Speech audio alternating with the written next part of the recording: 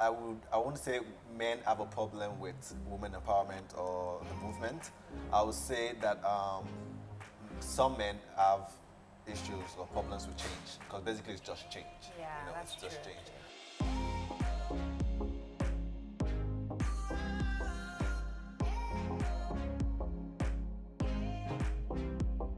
Welcome to Business Sense with Aramide. It's a new show where I interview an entrepreneur every week, asking them questions with regard to their business and a specific topic. The focus is Africa and entrepreneurship, so please stay tuned. So we all know that women empowerment, gender equality, inclusion is the new black, essentially. Across the world, people are talking about it, organizations are putting it at the table in discussions, things like women on boards and all of that. It's even one of the sustainable development goals at the United Nations, gender equality.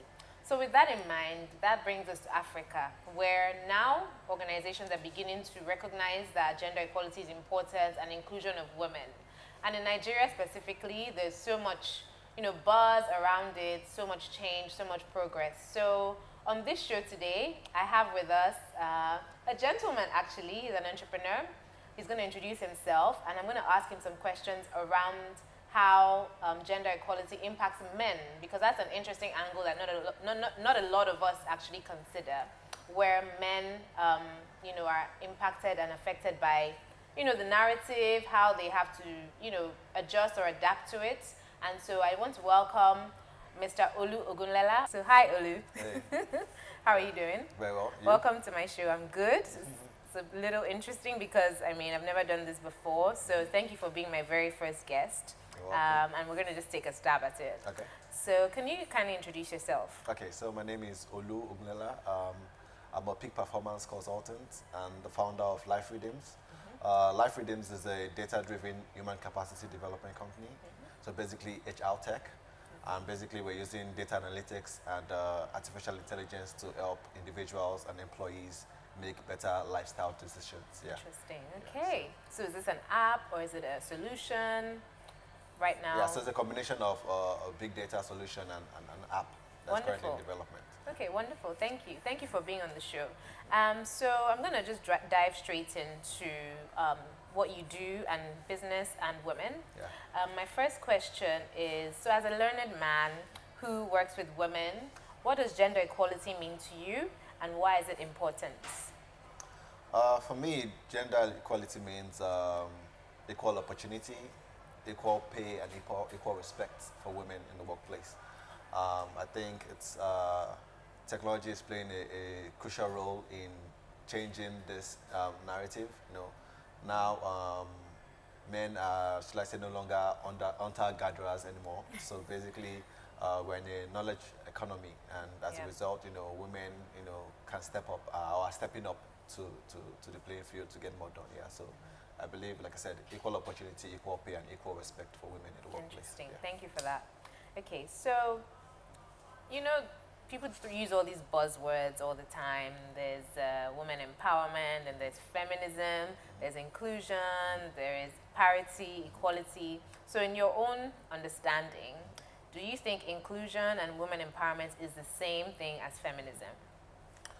Honestly, it's difficult to answer that question, but I personally prefer the word woman empowerment, or women empowerment, because I feel it's that the word basically has a cost to it, that things needs to be done to basically bring women to the table. Yeah, so I prefer the word, women empowerment. I agree with you. So it's interesting because I'm, of course, as you know, a supporter of women. And the way I look at it is women empowerment is a way to encourage women to begin to do things that they wouldn't normally have done. Sure. It's not the same thing as identifying a woman equal to a man, which is how I see feminism. So I think we're on the same side in terms of that. Okay. So I was gonna say, because in this whole narrative change, I chat with a lot of men now, and some of them are pretty much turned off by this whole women empowerment narrative, gender equality, something it's a bubble, something it doesn't make sense because sometimes they push aside men just because they want a woman to take up a position sometimes. So a man might be more qualified, and you find that just because of this whole inclusion thing, you know, they're gonna just ignore the men. Yeah. So my question is, how can we make men better understand the women empowerment, you know, journey and narrative, and also how can we help them demystify what the myth currently is? Yeah. So on that, I think I would say I wouldn't say men have a problem with women empowerment or the movement. I would say that some men have issues or problems with change, because basically it's just change. Yeah, you know, that's it's just true, change. actually. And I think with any kind of change, the way to combat that is education. You know, so basically a mindset shift. You know, Yes. and I think men need to see that it's not either or. It's not a war. Basically, it's creating a win-win situation. I think basically more will be done. I think more will get accomplished, you know, in the workplace and in life when, you know, more women empowerment is embraced and stuff. So I think it's just the change thing, you know. Everybody there's that resistance to change. So it's more like resistance to change, not necessarily the woman empowerment thing, movement, yeah. Thank you so much for that, because until you said that, I realized that we've not done a very good job at including the men and bringing them along on this journey, even in organizations where, for example, you know, communique should go out, or sessions where then men begin to understand the big picture, so that when initiatives are carried out, they're not kind of just left in the dark. So thank you for that. Okay.